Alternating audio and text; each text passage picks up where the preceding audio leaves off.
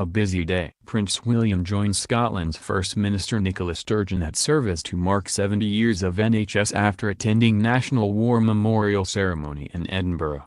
Earlier in the day he attended the Scottish National War Memorial at Edinburgh Castle for the annual service of commemoration, and Prince William was seen making an appearance at a service held at the National Museum of Scotland to mark 70 years of the NHS later on Thursday.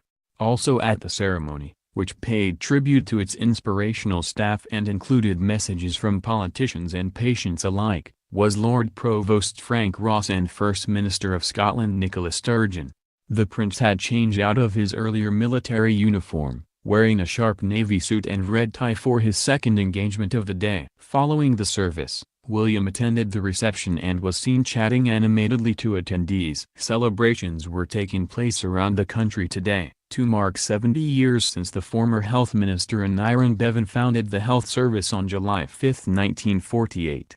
The ceremonies aimed to show appreciation for the everyday heroes who guide and support the institution. A service was held at Westminster Abbey to mark the occasion today, and another service was held at Llandaff Cathedral in Wales, attended by Prince Charles.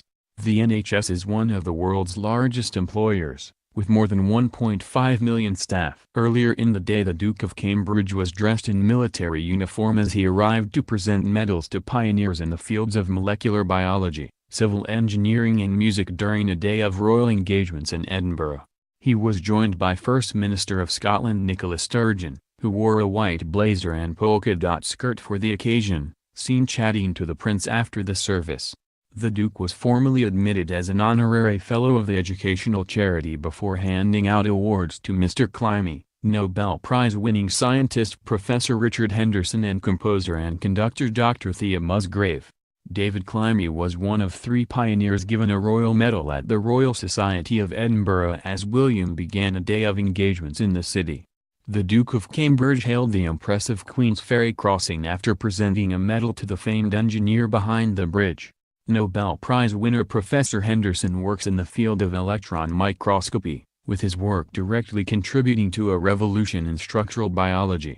Meanwhile, renowned bridge builder Mr. Climie oversaw the 7-year Queen's Ferry crossing construction project. Composer and conductor Dr. Musgrave is considered one of the most influential and successful Scottish composers of her time. Scotland's First Minister Nicola Sturgeon and Health Secretary John Freeman was also present, and will join the prince for the reception marking the 70th anniversary of the founding of the National Health Service.